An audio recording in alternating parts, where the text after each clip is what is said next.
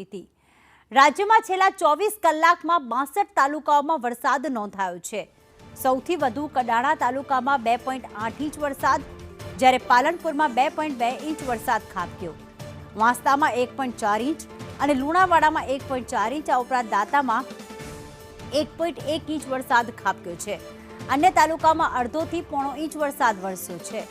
તો છેલ્લા 24 કલાકની અંદર 62 તાલુકા એવા છે કે જ્યાં વરસાદ વરસ્યો, જેમાં લુણાવાડામાં 1.4 ઇંચ અને દાંતામાં પણ 1.1 ઇંચ વરસાદ ખાબક્યો છે, જ્યારે અન્ય તાલુકામાં અડધોથી પોણો ઇંચ વરસાદ ખાબક્યો છે।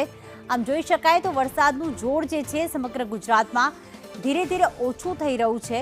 62 તાલુકામાં વરસાદ અને એમાં પણ લગભગ 1 ઇંચથી લઈને અડધો ઇંચથી લઈને 3 ઇંચ સુધી વરસાદ ખાબક્યો છે અને પાલનપુરમાં 2.2 ઇંચ, વાંસદામાં 1.4 ઇંચ વરસાદ ખાબક્યો છે।